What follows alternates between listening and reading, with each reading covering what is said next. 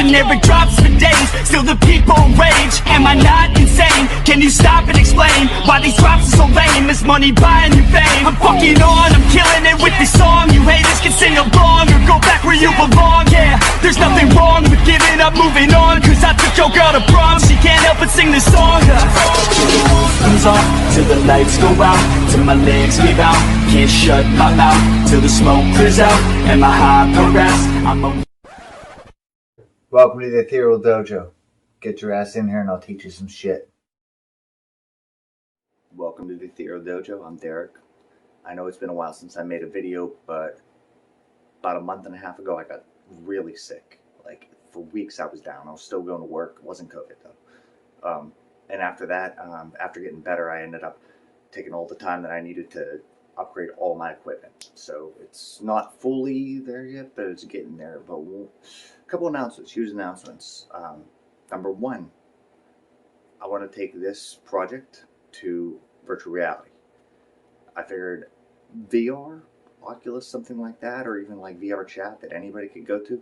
People would come, talk, ask questions, and it's an actual, like, even though it's not me, it's an avatar of me. So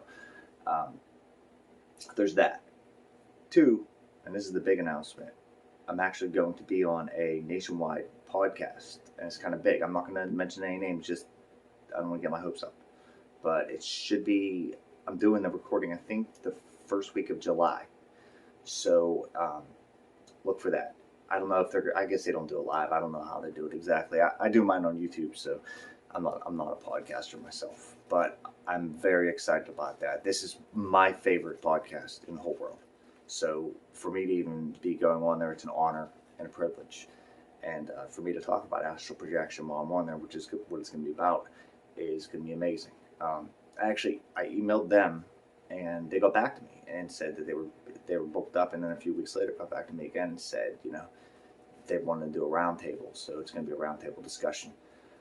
I don't think it's going to be video, though. I think it's just going to be spoken. So, on to the video. I want to tell you guys a story.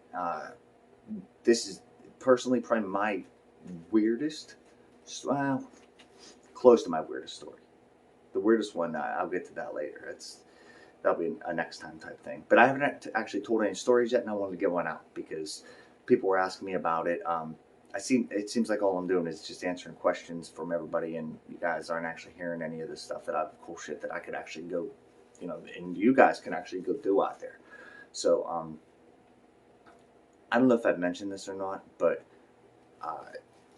I'm pulled out of my body 2 to 3 times a month, usually successive days. It's in around 4-week cycles, so it's cyclic, just like anything else.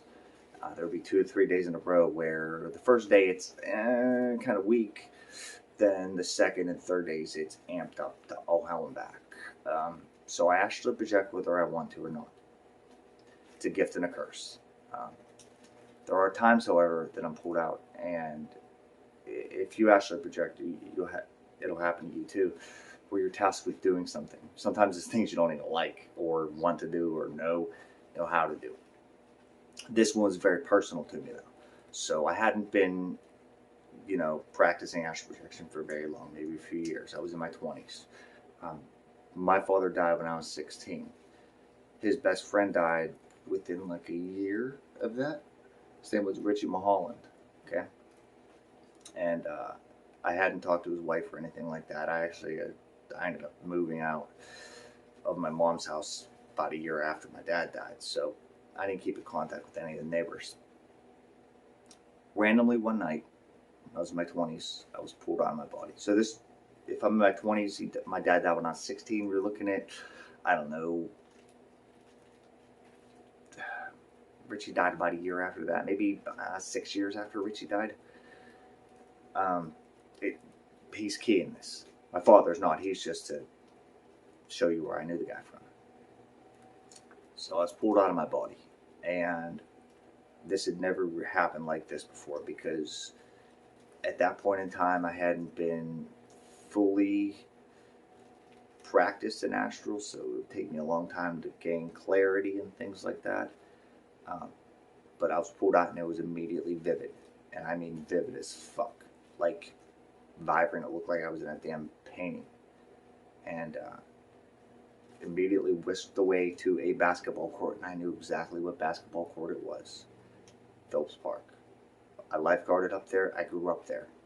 Basketball courts in Phillips Park, they're on the second side of the park. There's usually not even anybody there, but it's a Carrick theme. Everybody goes there. And there's 3 people: myself and Richie Mulholland, who, like I said, had died about 6 years earlier, and a young lady who I recognized immediately as a spirit guide. I don't know how, but somehow I knew. And her and I were standing side by side, and Richie was playing basketball. And I didn't even know he liked basketball at the time. I talked to my brother about this, and just a little bit. I didn't tell him the whole thing, but it turns out he was a very avid basketball player. So I'm standing beside this spirit guide, young lady, and very pretty, by the way. I looked at her and I said, "What am I doing here?" And she said, "You know him?" I said, "Yes." She said, "He's dead." I said, "I'm aware." And I said, "What do you need me to do?" And she said, "You have to tell him he's dead." And I said, "What?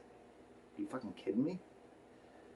And she said, "Yeah, he's been here. He doesn't know he's dead." So I didn't really have a choice. There was no choice in the matter, but I would have done it anyway, because you don't want somebody stuck in limbo. Sometimes when people pass over, they don't cross the line. They don't know that they're dead. They think that they're living in some weird reality. Think about the movie The Others, except not so morbid. So I go and I start playing basketball with Richie, and I start talking to him, and he's telling me about his wife, Mary Helen, and how they're divorced, which they weren't divorced. He died when they were married. They were very happily married. But in this world of his, he thought that they were divorced, and that's why they weren't together. So he was telling me how they're divorced, but things are going okay, and he kept telling me he had a cast iron grill. And when he said grill, the image of a grill, like pan, cast iron pan, kept popping in my mind. So I don't know what that means, but it was emphasized many times. So I played basketball with him for a little bit, and finally I looked over, and you could tell that the spirit guy was getting impatient. I have issues with spirit guides, long, drawn-out issues with many spirit guides. Not this one, per se. But she gave me the look like, "Come on," and uncomfortably, but I told him, "Richie, you're dead, brother." And then immediately I was moved back, and she went over and started playing basketball with him. And you could tell just by his demeanor that he realized, like, that's it. I wasn't getting it, but that's it, you know. So a couple things here. Number one, the spirit guide pulling me out, I know for sure that she was putting some type of her energy into what I was experiencing. So my projection was 1,000 times better. It was way more vivid, way more colorful. So if you're having issues projecting, one thing to do, even though I hate them, would be to try to invoke spirit guides. And you don't even have to talk to them. In fact, I don't like talking to them. Just ask them to throw some of their energy your way to help, because it does help. Number two, you can see loved ones. Okay, he's not the only person I've seen, but you can see loved ones. Number three, though, this is a big key. When you see those loved ones, it might not be they're up in heaven. Okay, like, this is kind of fucked with my head for a little bit. I think I emailed William Bolden about this. Fucked with my head a little bit. Other than the little bit that I told my brother, I never told a single person face to face. I couldn't tell his wife. The fuck am I supposed to tell her? Your husband was fucking stuck in purgatory for 6 years. I haven't seen her since then anyway, but I certainly wasn't going to look her up.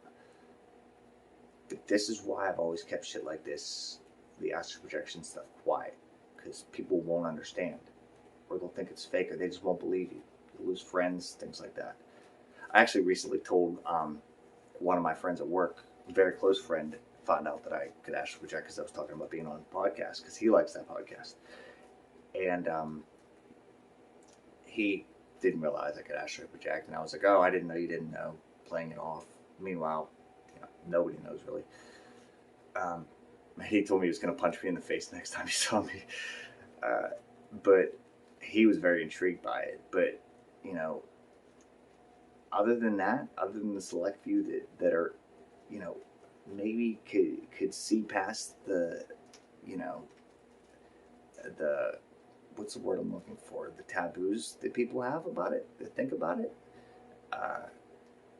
Nobody understands it. So when you do become proficient in astral projecting, a lot of it you're probably going to end up keeping to yourself or telling people on the internet.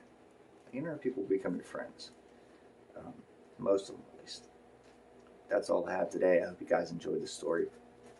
Look for updates about that podcast. And like I said, I'm going virtual, baby.